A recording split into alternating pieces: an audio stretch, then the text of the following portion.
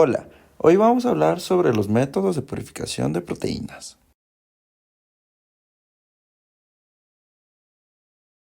La cromatografía líquida de alto rendimiento es una técnica ampliamente usada para poder separar, identificar y cuantificar distintos compuestos de una mezcla a través de fases de movimiento.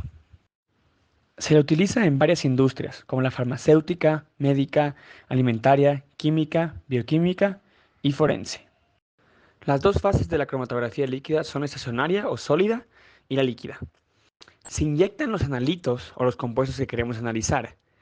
La fase líquida es la que los transporta y estos, los analitos, van a interactuar con la fase estacionaria, donde se van a mover a velocidades distintas según el compuesto.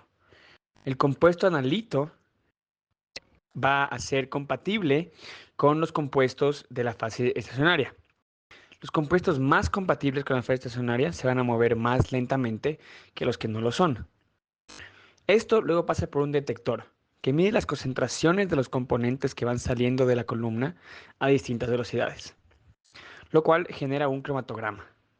Este es un gráfico que nos permite observar la cantidad de compuesto o analito en función del tiempo. Los equipos van a variar según el laboratorio y la fase estacionaria generalmente es una sílica tratada. La fase móvil o líquida generalmente es agua o algún otro fluido.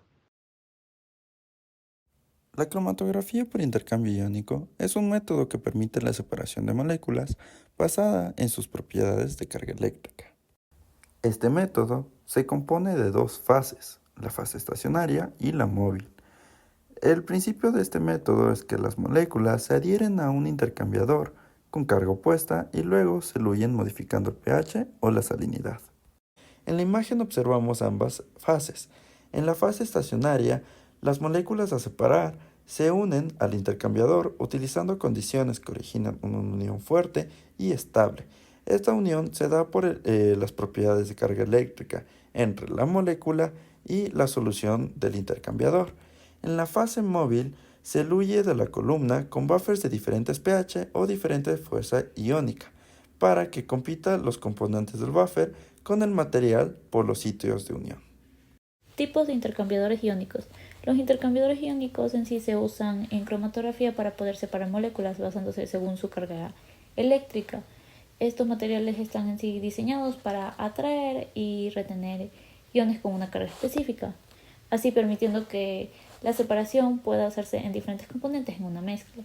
Entonces existen dos tipos de intercambiadores, los intercambiadores catiónicos y los intercambiadores aniónicos. En los catiónicos tienen una carga negativa y atraen moléculas con carga positiva, o sea, atraen cationes, mientras que en los aniónicos tienen una carga positiva y atraen en cambio moléculas con carga negativa, o sea, a los aniones. En sí, en la siguiente imagen podemos observar cómo en la parte izquierda están los intercambiadores catiónicos, los cuales las moléculas positivas se van a adherir a este tipo de intercambiador o tubito que podemos observar ahí, mientras que las moléculas que no tienen carga o con una carga negativa van a pasar a través de él sin ningún problema. En cambio, en el lado derecho podemos observar al intercambiador aniónico. En este, las moléculas negativas se van a quedar pegadas en este intercambiador, mientras que las moléculas que no presentan cargas o tienen una carga positiva van a pasar a través de él. La cromatografía de intercambio iónico se aplica en la separación de proteínas, ácidos nucleicos, péptidos, polisacáridos y otros biomateriales. En uno de los ejemplos que tenemos es la industria farmacéutica, donde se utiliza para separar las proteínas terapéuticas. Un ejemplo, la proteína de la insulina. En la industria alimentaria se utiliza para la separación de proteínas y polisacáridos en bebidas y alimentos. Otro tipo de cromatografía es la cromatografía de afinidad. Esta se trata de un método de separación físico mediante el cual se mezclan bioquímicos que se basan en una interacción que sea altamente específica, como la que surge entre el antígeno y el anticuerpo, o el sustrato y la enzima, o también podemos verlo como el ligando y el receptor. Aplicaciones de la cromatografía de afinidad. Entre las muchas aplicaciones que presenta esta cromatografía podemos encontrar la purificación de proteínas. Esta consiste en aislar proteínas específicas usando etiquetas de afinidad, como las que son GIS, GST o FLAC. Ahora, centrándonos un poco más en las etiquetas de afinidad, podemos decir que son las secuencias específicas de aminoácidos añadidos a la proteína de interés durante su expresión en células huésped. Como ya mencionamos, tenemos GIS, que es la histidina, GCT, el glutatión S-transferasa y FLAC. La etiqueta GIS es una cadena de aminoácidos que se añade a una proteína para ayudar a purificarla. Esta cadena de histidinas se une fuertemente a metales como el níquel o el cobalto, que están atrapados en una resina dentro de una columna de purificación. La etiqueta GCT es una enzima que se une al glutatión, un tripéptido que también puede inmovilizarse en una columna. Al igual que la etiqueta GIS, la proteína de interés se une a la columna y se diluye mediante la adición de glutatión libre. La última etiqueta que tenemos es la etiqueta FLAC. La etiqueta FLAC es una pequeña secuencia peptídica que se une específicamente a anticuerpos, anti-FLACs, inmovilizados en la resina. Esta técnica es demasiado precisa y permite la elusión de la proteína de interés utilizando un péptido FLAC libre o condiciones suaves que desestabilizan la unión antígeno-anticuerpo. Otra aplicación que se le da a la cromatografía por afinidad es la de inmunoprecipitación. Esta es una técnica que permite la separación y a la vez la purificación de anticuerpos específicos a los antígenos que reconocen. Esta técnica es simple y se basa en la alta afinidad entre un anticuerpo y su antígeno, lo que permite el aislamiento de complejos inmunes. Es particularmente muy útil en la identificación de proteínas, estudios de señalización celular y el análisis de interacciones proteicas. Además de todo esto, la cromatografía de afinidad se utiliza para aislar receptores y ligandos, permitiendo el estudio de interacciones clave en farmacología y el desarrollo de fármacos. Esta técnica es crucial para aislar receptores celulares o proteínas que interactúan con ligandos específicos, como son las hormonas, los neurotransmisores o fármacos, lo que es fundamental para el desarrollo de nuevos medicamentos y el análisis de vías de señalización. Finalmente, otra aplicación que se le puede dar a la cromatografía de afinidad es en el ámbito de los ácidos nucleicos, ya que la cromatografía de afinidad permite aislar secuencias específicas de ADN o ARN utilizando sondas complementarias o secuencias de afinidad unidas a la resina. Esta técnica es muy importante en estudios de expresión génica y diagnóstico molecular. En cuanto a las ventajas de la cromatografía de afinidad, tenemos una alta selectividad, que es la que permite la purificación específica de proteínas basándose en su interacción con los ligandos, lo que resulta una de alta pureza del producto final. Como punto 2 tenemos la eficiencia de la purificación. Esto puede lograr altos rendimientos de proteínas de interés, minimizando la cantidad de contaminantes. También tenemos una versatilidad.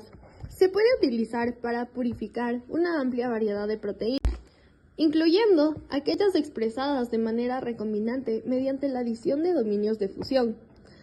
Mantiene la actividad biológica. Esta actividad biológica de las proteínas presenta condiciones suaves, lo que es esencial para una aplicación posteriormente. Y es un método confiable, ya que tiene un control de pureza, y esto hace que la evaluación de pureza mediante la electroforesis proporcione un método confiable para verificar la calidad de las proteínas purificadas. Las desventajas de la cromatografía de afinidad. Como principal desventaja tenemos los costos de los materiales, ya que los ligandos inmovilizados por las matrices pueden ser costosos, lo que puede aumentar el costo total de un procedimiento de purificación. El tiempo de proceso, la preparación y optimización del proceso pueden ser bastante laboriosas y llevar tiempo, especialmente en la selección de los ligandos adecuados. Esto nos lleva al siguiente punto, que es de una capacidad limitada. La capacidad de la columna puede ser limitada, lo que restringe la calidad de la muestra que se puede procesar a la vez. Aparte de eso, tenemos que requiere un desarrollo cuidadoso para optimizar las condiciones de elusión y asegurar la especificidad del ligando. Aparte, como último punto, y es el más importante, tenemos en que existe un riesgo de contaminación potencial. Este riesgo de que otras proteínas se unan al ligando es lo que podrían afectar a la pureza del producto final. La cromatografía de exclusión de tamaño, también conocida como cromatografía de filtración en gel, es una técnica de separación que se basa en la diferencia de tamaño molecular de las sustancias disueltas en una mezcla. Esta se utiliza para separar moléculas grandes y pequeñas en función de su capacidad para penetrar en los poros de una matriz sólida, dentro de una columna cromatográfica. La columna cromatográfica está llena de un material poroso, como partículas de gel que contienen pequeños canales o poros.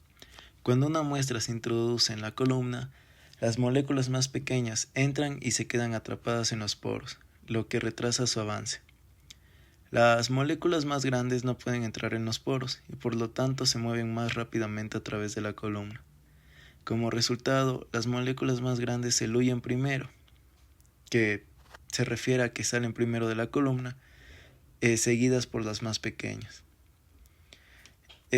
Las moléculas se separan según su tamaño hidrodinámico en solución.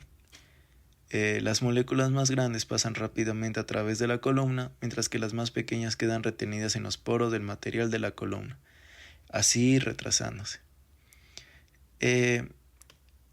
Además, el detector, que puede ser de índice de refracción, UV visible o de dispersión de luz, registra la señal a lo largo del tiempo de elusión, lo que permite cuantificar la cantidad y tamaño de las moléculas presentes en la muestra.